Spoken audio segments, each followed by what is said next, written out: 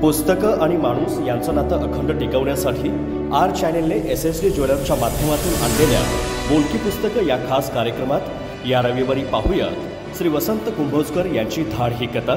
अभिवाचन सौ विशाखा जोशी. पाहायला विसरू नका आर चॅनेल, सर्वांच्या घराघरात, प्रत्येकाच्या मनामनात. नमस्कार, मी विशाखा जोशी. बोलकी पुस्तकं या कार्यक्रमात आज आपल्या पुढं श्री वसंत कुंभोजकर यांची कथा सादर करत आहे. श्री वसंत कुंभोजकर हे मराठी सारस्वतातील आनंद यात्री, सिद्धहस्त लेखक, व्यासंगी प्राध्यापक आणि प्रभावी वक्ते म्हणून ओळखले जातात. त्यांचं मूळगाव सांगली. नोकरीनिमित्त ते मराठवाडा, लोणावळा आणि गडिंग्लज इथं होते बरं का. गडिंग्लजला MR हायस्कूलमध्ये ते मराठीचे प्राध्यापक होते. ते इतकं सुंदर मराठी शिकवायचे की त्यांच्या तासाला मराठी विषय न घेतलेले विद्यार्थी सुद्धा येऊन बसत. त्यांनी लिहिलेल्या असाही एक औरंगजेब या नाटकाचे ज्येष्ठ कलाकार प्रभाकर पणशीकर यांनी प्रयोग केले. त्यांचे शिकार, धूपदान, रसिली, वाताहत, रुसवा, हिरवळ हे कथासंग्रह प्रसिद्ध आहेत. त्यांनी अनेक बालसाहित्याची पुस्तकं लिहिली आहेत. औरंगाबादला, ज्याला आपण आता संभाजीनगर म्हणतो, तिथं शासकीय ज्ञान विज्ञान महाविद्यालयात ते मराठीचे विभाग प्रमुख होते.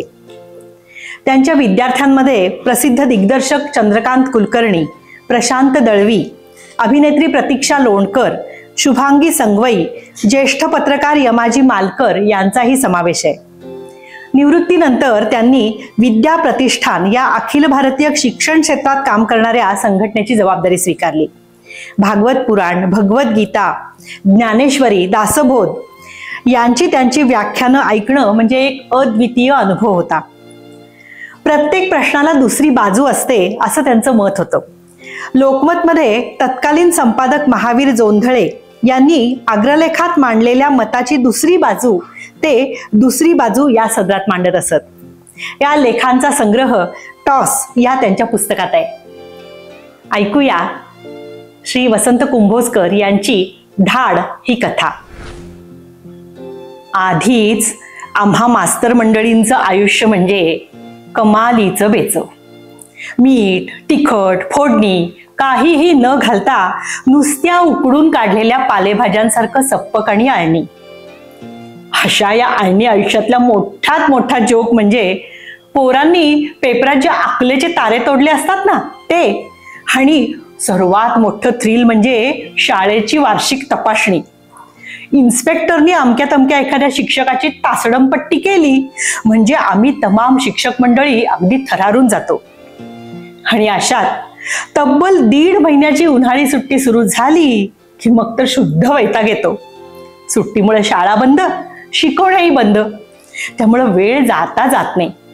काही वाचावं म्हटलं तर वाड्यातली सगळी रिकामी कार्टी चौकात दिवसभर असा काही धुडगूस धिंगाणा घालत असतात की डोकं फिरायची वेळ येते. दिवसा या धिंगाण्यानं आणि रात्री पिसळलेल्या ढेकडांनी जीव नुसता हैराण होऊन जातो. महाबळेश्वर, माथेरान सोडा, पण जवळच असलेल्या पन्हाळासारख्या ठिकाणी बायको मुलांसह 4 दिवस जाऊन राहावं म्हटलं तर बाहेरच्या उन्हाळ्यापेक्षाही खिशातला उन्हाळा अधिक कडक. त्यामुळे तोही विचार सालाबाद प्रमाणे पुढच्या वर्षावर ढकलून घामाच्या धारा पुसत आला दिवस ढकलण्याखेरीज गत्यंतर नसतं. या वैतागवाडीतून सुटकाच नसते. अशाच एका रणरणत्या दुपारी आमच्या वैतागवाडी समोर एक कोरी करकरी जीप गाडी येऊन उभी राहिली. तीही पोलीस खात्याची. आता वाड्यासमोर एक गाडी उभी राहिली म्हटल्यावर पोरांनी आपला खेळ थांबवला आणि नेहमीच्या पद्धतीप्रमाणे त्यांनी गाडीला घेराव घातला. मी पलंगावर पडल्या पडल्या समोरच्या खिडकीतून तो सगळा प्रकार बघत होतो. गाडीतून उतरलेल्या पोलिसानं आपल्या भोवतीच्या गर्दीला सामुदायिक प्रश्न केला. कुलकर्णी मास्तर कंच्या बिराडात राहतात? तसा मी दचकलो. वाड्यात कुलकर्णी मास्तर माझ्याशिवाय दुसरं कोणी नव्हतं, पण माझ्याकडे कशाला आला बुवा हा पोलीस? तेवढ्यात काही उत्साही वीरांनी चला दाखवतो म्हणून त्या मिशाळ पोलिसाला माझ्या बिराडासमोर आणलं सुद्धा. लटलटणाऱ्या पायांवर पायजमा चढवला, चेहऱ्यावर हास्य आणलं आणि मी दारात आलो. तसं पोलिसांनी मला खडकन सलाम केला. त्यामुळे मी आणखीनच हादरलो. काय भानगड आहे समजेना. म्हणजे मी नियमापेक्षा जास्त शिकवण्या करतो हे तर आमच्या बदमाश एचएमनं पोलिसांना कळवलं नाही ना. हा गुन्हा म्हणण्यात का तेवढाच माझ्या हातून घडला होता. एरवी पोलिसांना माझा पत्ता हुडकत दारात यावं असं मी केल्याचं मला काही आठवेना. असे माझ्या मनात विचार चालले होते. मी पोलिसाकडं आणि त्या मागोमाग आलेल्या पोरट्यांच्याकडे बघत होतो. तेवढ्यात पोलिसानं एक लिफाफा काढला आणि माझ्या हातात दिला.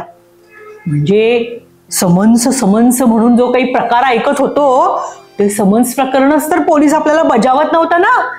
ह्या विचारांनी माझे पाय स्वच्छ विठ्ठल विठ्ठल म्हणायला लागले. ह्या वेळपर्यंत वाड्यातला गोंगाट खूपच शांत झाला होता. रेडिओ बंद झाले होते आणि झाडून सगळ्या बिराडांच्या दारा खिडक्यातून त्या त्या गृहिणींची तोंड उगवली होती. माझ्या आणि पोलिसाच्या भोवतीचं कोंडाळं तर आता खूप वाढलं होतं.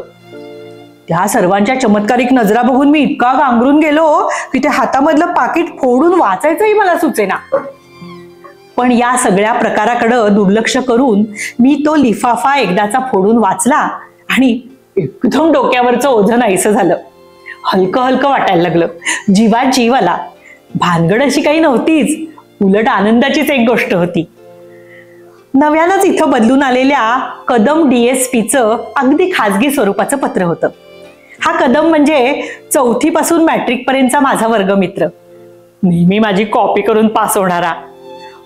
तर तो इथं बदलून आला होता आणि मोकळा असलास तर ऑफिसात ये, जरा गप्पा बिप्पा मारू, तुला आणायला गाडी पाठवली आहे आणि आत्ता सवड नसेल तर संध्याकाळी मात्र नक्की ये. संध्याकाळी तू किती वाजता रिकामा आहेस ते कळव, म्हणजे माझी अँबॅसेडर पाठवतो, असं त्यानं त्या पिवळ्या लिफाफ्यात लिहिलं होतं. हा सगळा मजकूर भोवतालच्या पोरट्यांना समजावा म्हणून मी पुन्हा मोठ्यांदा वाचला आणि मोठ्या रुबाबात पोलिसाला म्हणालो, हे बघ तुझ्या साहेबांना म्हणावं मला आत्ता सवड नाहीये, मी जरा कामात आहे, संध्याकाळी 5:30-6 पर्यंत मी रिकामा होईन, त्या सुमाराला द्या म्हणावं गाडी पाठवून. खरं तर मी आत्ता मोकळाच होतो आणि बिराड्यातल्या खुराड्यात उकाड्यानं शिजण्यापेक्षा कदमाच्या ऑफिसात पंख्याखाली नाहीतर कूलरच्या गार वाऱ्यात बसून गप्पा गोष्टी करत दुपारचा वेळ घालवणं ही कल्पना काय वाईट नव्हती. पण धूर्तपणाने सगळा मागचा पुढचा विचार करून जीप गाडीत जाऊन बसण्याचा मोह मी टाळला. घरातून जरी मुलखाचे बावळट अशी आमची संभावना होत असली तरी या प्रसंगी मी किती दूरदर्शीपणाने वागलो याचं माझं मलाच कौतुक वाटत होतं.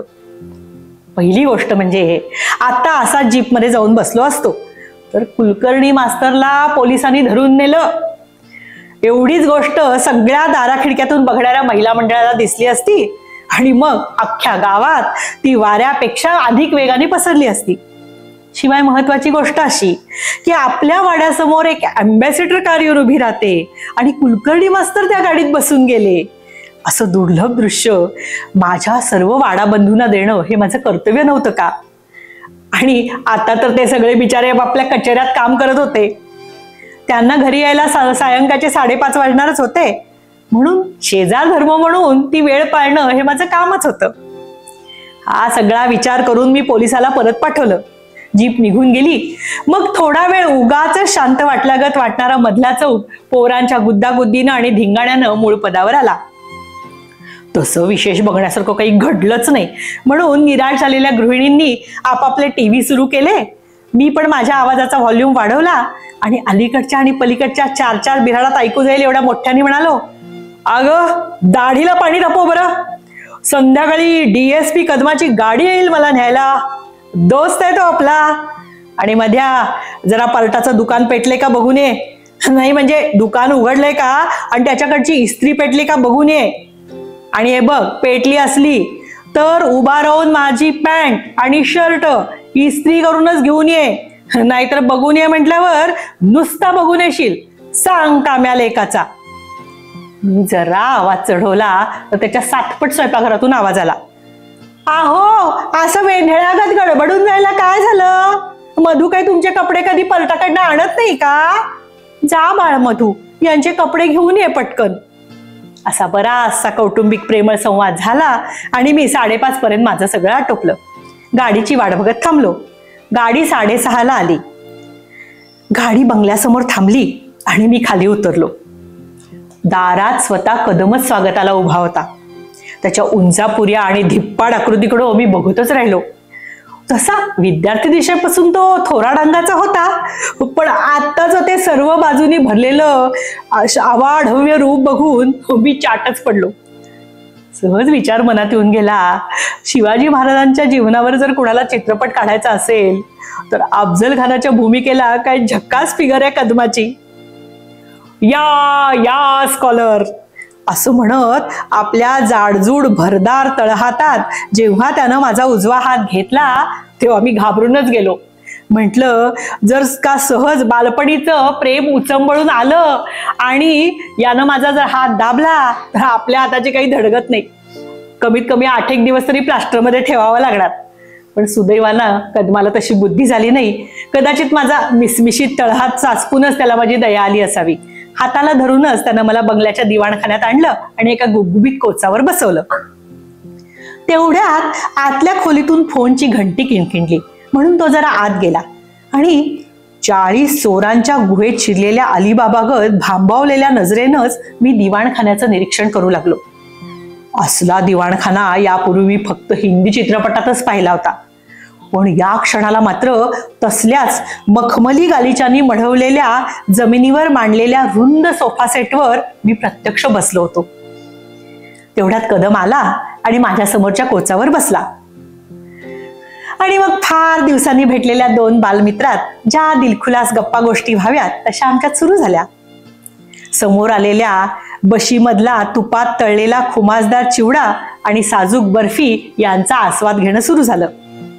त्या चिवडातल्या काजू बरोबर आम्ही बालपणीच्या आठवणी मोठ्या चवीनं चघळत होतो. कदम आपल्या पराक्रमाचं पुराण जसं मला मोकळेपणाने ऐकवत होता तसाच माझी पण मोठ्या आस्थेवाईकपणे चौकशी करत होता. मध्येच एकदम त्याला कसली तरी आठवण झाली आणि तो म्हणाला, अरे हल्ली तू गोष्टी बिष्टी लिहित नाहीस वाटतं, बरेच दिवसात तुझं नाव कुठं वाचलं नाही. आणि त्या प्रश्नानं माझ्या जखमेवरची खपलीच निघाली.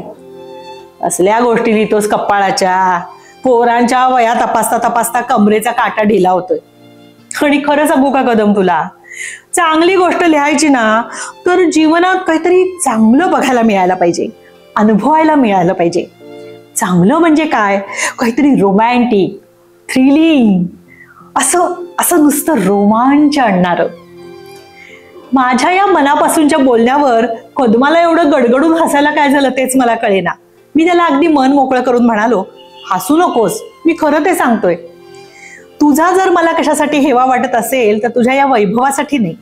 तू गाडी घेतलीस याचाही मला हेवा वाटत नाही, पण तुझ्या साहसपूर्ण जीवनाचा मात्र मी भयंकर हेवा करतो. तुझा रोजचा दिवस म्हणजे एकदम एक रोमांचकारी अनुभव. आज काय दरोडेखोरांचा पाठलाग, उद्या काय मवाल्यांच्या अड्ड्यावर छापा. मजा आहे लेको तुमची. आम्ही ही दृश्य फक्त सिनेमातच बघतो म्हणूनच तुम्हाला ती रोमांचकारी वाटतात. प्रत्यक्षात तसं काय नसतं बाबा. काय सांगतोस, अगदी खरं तेच सांगतोय. असं कसं होईल, आपल्याला नाही पटत नाही तर दे सोडून. पण तुझा जीव जर खरोखर अशा एखाद्या साहसासाठी तळमळत असेल तर मग येतोस माझ्या बरोबर. कुठं, हातभट्टीच्या अड्ड्यावर छापा घालायला येणार? कधी जायचं, मी जरा बिचकत विचारलं. आजच्या आज रात्रीच आम्हाला एका खेड्यामधल्या भल्या मोठ्या भट्टी अड्ड्यावर धाड घालायला जायचंय. आता त्या संबंधीचाच फोन आला होता. बाकी सगळी तयारी झाली आहे. रात्री 9ला निघायचंय. बोल, येणार? अच्छा, आज म्हणजे आली का पंचायत? मला वाटलं होतं माझं सहज बोलणं कदम मनावर घेणार नाही आणि घेतलंच तर तडकाफडकी आजच्या आज मला बरोबर चल असं म्हणणार नाही. पण आता तो तर सत्व परीक्षाच घ्यायला निघाला होता. विचारात का पडलास? तुला थ्रिल अनुभवायचंय ना? चल की मग. मी आपला गप्पच. नजर भिंतीवरच्या घड्याळावर. इथं 8 वाजलेले आणि रात्री 9 वाजता म्हणजे तासाभरात धाड घालायला निघायचं. नुसत्या विचारानं माझ्या काळजात धाड धाड व्हायला लागलं. बोल पटकन. कदम निकरालाच आला. नाही म्हणजे त्याचं काय आहे, मी हसण्याचा प्रयत्न करत बोलू लागलो. काय आहे ते पुरतं माहिती आहे मला. लहानपणी होतास ना अगदी तसाच भित्रा आणि डरपोक आहेस तू. म्हणून तर लेका शाळा मास्तर झालास. तुम्हा मास्तर लोकांची जातच भित्री. तुम्ही काय जीवनातलं थ्रिल अनुभवाल? इतका वेळ अगदी पॉलिश्ड आणि गोड बोलणाऱ्या कदमाच्या तोंडून आता मात्र पोलिसची गुरमी प्रकट झाल्यासारखं मला वाटलं आणि मला त्याचा भयंकर राग आला. त्याचं ते गुरमीतलं हसणं थेट माझ्या वरमी जाऊन भिडलं. तसं मी पण चिडलो. म्हणलं आता माघार घेण्यात अर्थ नाही. होऊन काय होईल? झालीच तर मवाल्यांची आणि पोलिसांची झटापट होईल. फार तर पिस्तुलांच्या गोळ्यांच्या फैरी झडतील. आपण आपल्या लांब जीपमध्ये बसून हा सगळा प्रकार बघितला की झालं. आता तशी थोडी भीती वाटणारच, पण थोडंफार घाबरायला झाल्याशिवाय थ्रिल कसलं? आणि मुख्य म्हणजे स्वतः DSP आपल्या बरोबर आहे, मग काय घाबरायचं कारण आहे? असा सगळा विचार केला आणि ताडकन म्हणालो, चल तर चल, हा तयार आहे मी एका पायावर. That's good. पण मित्रा, जाताना दोन्ही पायांनी चल आणि येताना मात्र एका पायावर येण्याची तयारी ठेव म्हणजे झालं. नाही म्हणजे धाड आहे, थोडी झटापट होणारच. कुणी सांगावं त्या मवाल्यांपैकी कुणाकडे तरी पिस्तूल असायचं आणि त्या पिस्तुलातली एखादी गोळी तुझ्या पायाला चाटून मिटून गेली तर? तसं माझा अवसान खुचलं. चेहरा फटफटीत पडला. तसा फिरून मोठमोठ्याने हसत कदम म्हणाला, अरे घाबरू नकोस रे, तसं काही होणार नाही. पण तू आता असं कर, आता तू घरी जाऊ नकोस. मी नोकराबरोबर निरोप पाठवतो की तू येणार नाहीयेस म्हणून. कारण तू एकदा घरी बायका पोरांच्यात गेलास की एवढं एक कष्टानं जे अवसान गोळा केलेस ना ते कुठल्या कुठं जाईल. पद्माचं म्हणणं एकदम रास्त होतं. एकदा मी घरी गेलो असतो म्हणजे फिरून काही या धाडच्या प्रोग्रामला आलो नसतो. मग आणखीन एकदा चहा फराळ झाला. आता रात्रीच्या जेवणाची सुद्धा भूक उरली नव्हती. बघता बघता 9 वाजत आले. कदमानं अंगावर युनिफॉर्म चढवला, पी कॅप घातली, रिव्हॉल्व्हरचा बेल्ट वगैरे असा गळ्यात अडकवला, ते कमरेशी पक्क केलं. तोवर दारात 2 गाड्या येऊन उभ्या राहिल्या. पुढच्या निळ्या जाळीदार गाडीत 8-10 पोलीस आणि मागच्या बंद जीपमध्ये आम्ही. बरोबर 9ला गाड्या निघाल्या. कदमाच्या वक्तशीरपणाचं मनातल्या मनात कौतुक करत हा सगळा अनुभव कथेत कसा मांडायचा याचा विचार करायला लागलो. कदमानं चालत्या गाडीत सिगारेट पेटवली आणि माझ्या पुढेही केली. मगाशी मी नाकारली होती, पण आता माझ्या अंगात एक विलक्षण धाडस संचारलं होतं. मी आपणहून कदमाकडून सिगारेट घेतली आणि 7-8 काड्या ओढून एकदाची ती पेटवली. झक्कास धूर सोडत मी कदमाला विचारलं, किती मैलावर आहे रे ते धाडीचं गाव? तसं आहे ते इथून 40 मैलावर, पण त्या गावाच्या अलीकडं 10 मैलावर बोकडवाडीत जरा आपल्याला थांबायचंय. इथले सरपंच तात्या पाटील म्हणून आहेत, फार चांगला माणूस आहे. मी इथला चार्ज घेतल्यापासून त्यांचं निमंत्रण आहे. प्रथम त्यांच्याकडे थांबू आणि मग पुढे जाऊ. थांबायला माझी काय हरकत नाही, पण अड्ड्यावर पोहोचायला वेळ होणार नाही ना. नाही म्हणजे वेळेचा हिशोब तू बघा. जीप बरोबर एका दगडी वाड्याच्या दारात थांबली. दारात 4 प्रतिष्ठित माणसं आम्हाला उतरून घ्यायला उभीच होती. उतरल्या उतरल्या एका गृहस्थांनी कदमाच्या गळ्यात हार घातला. पाठोपाठ माझ्याही गळ्यात हार घातला. मला मोठा आनंद झाला. कदमानं माझी सरपंच तात्या पाटलांची ओळख करून दिली. हे हार घालणारे गृहस्थ म्हणजेच तात्या पाटील. हा माणूस फार भला असला पाहिजे याची मला खात्रीच पटली. तात्या, या हार तुऱ्याची काही जरुरी नव्हती. या कदमाच्या उद्गारावर तात्या पाटील मोठ्या नम्रपणाने म्हणाले, हो असं कसं साहेब, आज पहिल्या प्रथम तुम्ही इथं येतायसा, तुमचं स्वागत करायलाच पाहिजे. आमच्या गावची रीतच आहे ती. आणि बोलत बोलत आम्ही आत आलो. वाडा चांगला ऐसपैस प्रशस्त होता. मधल्या चौकातून तात्यांनी आम्हाला एका जिन्यावरून माडीवर आणलं. तिथला दिवाणखाना तर भरताच खानदानी होता. म्हणजे छताला झुंबरं टांगलेली, खाली तक्के, लोड, गालीचे अंथरलेले. त्याही दालनातून आम्ही एका मोठ्या खोलीत आलो. तिथं तर चक्क sofa set, tube light, fan, fridge असा सगळा शहरी थाट होता. आज जाताच तात्यांनी फॅन सुरू केला. आम्ही बसलो. कदमांच्या आणि तात्यांच्या इकडच्या तिकडच्या गप्पा गोष्टी सुरू झाल्या. मी आपला घड्याळात बघून चुळबुळ करायला लागलो. तसा कदम माझ्या पाठीवर एक जबरदस्त थाप मारून म्हणाला, हे बघ, आता उगीच चुळबुळ करू नको. तात्या काही जेवण केल्याखेरीज सोडणार नाहीत आपल्याला. हो बोले गुरुजी, आमच्याकडे येऊन 2 घास खाल्ल्याखेरीज जाणार म्हणता की काय? नाही जमायचं. 10 वाजून 5 मिनिटं झाली होती. आता याच्या पुढे जेवण, त्यानंतर 10 मैलाचा प्रवास आणि त्यानंतर मग छापा. ज्या गोष्टीची चिंता कदमांनी करायची त्याची मी कशाला चिंता करू? आणि खरं सांगायचं तर मलाही आता सपाटून भूक लागली होती. तरी मी वरकरणी तात्यांना म्हणालो, आता तुम्ही एवढा आग्रह करताय तर नाही म्हणायचं जीवावर येते. पण जरा लवकर आटपा बरं, आमच्या मग काम आहेत महत्वाची. आता वेळ नका लावू. छा वेळ कसला आलाय, जेवण तयार आहे. साहेबांनी हुकूम करायचा अवकाश, इकडं जेवणाची ताटं मांडलीच. काय साहेब, करायची का सुरुवात? उघडायचं का फ्रीज? म्हणजे तात्यांनी जेवण तयार करून ते फ्रीज मध्ये ठेवलंय की काय? म्हणजे गार असणार सगळं. तात्या जरा चमत्कारिकच दिसतोय. पण कदमाला मात्र या बोलण्यात काही चमत्कारिक वाटलं नाही. त्यानं खुशीत येऊन मान डोलावली. म्हणाला, उघडा उघडा, करूया सुरुवात. पण तात्या, आमचे ड्रायव्हर आणि पोलीस लोक बसलेत का बघा, त्यांचा बंदोबस्त नीट करा बर का. याची काळजी नको तुम्हाला साहेब, सर्वांची कम्प्लीट व्यवस्था केली. तरी पण मी स्वतःच जाऊन बघतो. तोवर तुम्ही गुरुजी करा सुरुवात. अरे मग द्या, फ्रीज उघडून बाटल्या काढ, साहेबांनी काय पाहिजे ते दे बर का. आणि तात्या बाहेर गेले. ममद्या आत आला, तो नीट फ्रीजकडे गेला. मी आपला फ्रीजकडे बघतच राहिलो. तसा कदम माझ्याकडे सरकून म्हणाला, अरे असं भांबावल्या नजरेनं काय बघतोस फ्रीजकडं? त्यात काही राक्षस विक्षस नाहीये. हे बघ, सांगतोच आता तुला. जेवणापूर्वी मी भुकेचं औषध घेत असतो. अरे ते औषधच असणार फ्रीजमध्ये, दुसरं काही नाही. ममद्याने फ्रीज उघडला आणि आत निरनिराळ्या आकाराच्या लहान मोठ्या रंगीबेरंगी देखण्या बाटल्यांचं एक छोटंसं प्रदर्शनच माझ्या दृष्टीला पडलं. एवढा प्रचंड देह, पण देहादिशी टुणकन उडी मारून कदम त्या उघड्या कपाटासमोर उभा राहिला आणि मोठ्या खुशीत येऊन म्हणाला, गुड, विस्की, रम आणि अरे वा, शॅम्पेनही पैदा केले की तात्यांनी. हा, आणि खालच्या खाण्यात ते काय आहे? तू आपलं देशी माल आहे साहेब, ममद्यानं खुलासा केला. तू आपली स्कॉच विस्कीची बाटलीच काढ बघू, आणि ती शॅम्पेन आहे ना, ती खाली माझ्या ड्रायव्हरकडे नेऊन ठेव. हुकमाप्रमाणे ममद्यानं एक उंच त्रिकोणी आकाराची बाटली हळूच फ्रीजमधनं बाहेर काढली. कदमानं ती त्याच्या हातातून घेतली आणि कुरवाळत चक्क त्या बाटलीचा मुका घेतला. तेवढ्यात ममद्यानं काचेचे पेले, खारवलेल्या काजूच्या बशा, उकडलेली अंडी अशा सगळ्या गोष्टींची मांडामांड केली.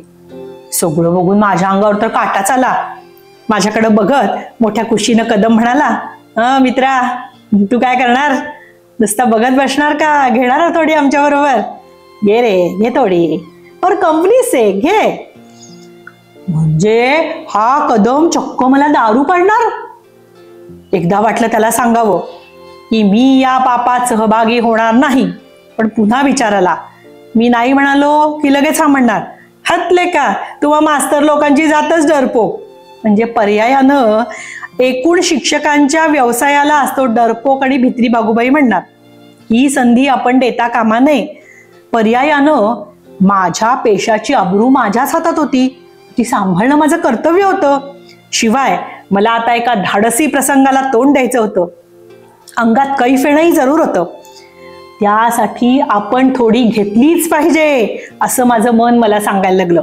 मी निर्भयपणाने म्हणालो, yes, I am ready. That's good. पण जरा बेतानं रे बाबा, या शास्त्रातला आमचा पहिलाच धडा आहे. तू डरो मत यार. अरे डरण्याचा प्रश्न नाही, पण समजा जास्त होऊन मी जर इथं लोळागोळा होऊन पडलो तर जो रोमांचकारी प्रसंग मी बघायला आलोय तो प्रसंग बघणं चुकेल ना. म्हणजे सगळंच मुसळ केरात. त्याची तू काळजी करू नको रे. अशी मजेदार दीक्षा देतो तुला की तू त्याच्यावर एक फर्स्ट क्लास गोष्ट लिहिशील. गडगडून हसत कदमानं स्कॉच विस्कीची बाटली उघडली आणि माझ्या पेल्यात थोडी विस्की ओतली. आपला पेला मात्र त्यानं जवळजवळ काठोकाठ भरला. खरं सांगतो, दारू या पदार्थाचा रंग इतका सुंदर, सोनेरी आणि चमकदार असेल असं मला यापूर्वी वाटलंच नव्हतं. मी त्या रंगाकडे पाहतच राहिलो.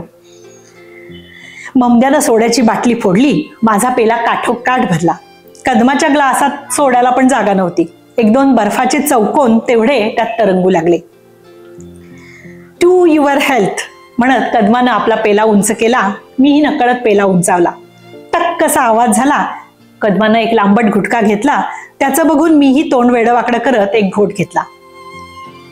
आणि पुढं तासाभरानी काय झालं हे सगळं काही सांगण्यासारखं नाही. म्हणजे नेमकं काय झालं हे मला आठवतच नाहीये. तेवढा एक पेला पोटात गेला आणि माझं मस्तक गरगरायला लागलं. खरोखर प्राशन करिता रंग जगाचे क्षणोक्षणी बदलू लागले. समोर प्याला मागून प्याले रिकामे करणारा कदम मला लालबुंद राक्षसासारखा मजेदार दिसायला लागला. आणि मध्येच आत येऊन बसलेले तात्या पाटील सफेद कपडे घातलेल्या आणि रंगीत नाकाच्या विदूषकाप्रमाणे वाटायला लागले. कशी कोण जाणे, पण तात्यांना बघून मला एकदम आमच्या हेडमास्तरांची आठवण झाली. आणि मग त्यांच्या सगळ्या भानगडी कदमाला ऐकून आमचा हेडमास्तर कसा बदमाश आहे आणि पाजी आहे हे मी त्याला सप्रमाण पटवून दिलं. आता कुठलीही गोष्ट दुसऱ्याला पटवून द्यायची झाली हे हातवारे हे करावेच लागतात. आणि हे हातवारे करताना आम्हाला एकदम मनसुद्ध तुझं हाय रे गड्या भीती कुणाची हे जुनं कुंकू चित्रपटातलं गाणं आठवलं. आणि ते सगळंच्या सगळं मी कदमाला आणि तात्यांना म्हणून दाखवलं. त्या दोघांनाही ते खूप आवडलं. त्यांनी हसून हसून आग्रह केला तशी मी आमच्या लहानपणच्या सगळ्या मराठी चित्रपटांची गाणी मोठ्या सुरेलपणाने म्हटली. काही म्हणा, पण आमच्या वेळच्या जुन्या गाण्यांची सर आत्ताच्या काही हिंदी गाण्यांना नाही. आणि ती गाणी म्हणता म्हणता मी कोचावर आडवा कधी झालो आणि मला झोप कधी लागली तेच कळलं नाही. सुमारे तासाभराने तात्यांनी हलवून जेव्हा मला जेवणासाठी जागं केलं तेव्हा मात्र माझ्या पोटात अक्षरशः आग पडली होती. डोळे चोळत समोर बघितलं तर खोली धुरानं भरली होती आणि 2 त्रिकोणी बाटल्या रिकाम्या होऊन टेबलावर पडल्या होत्या.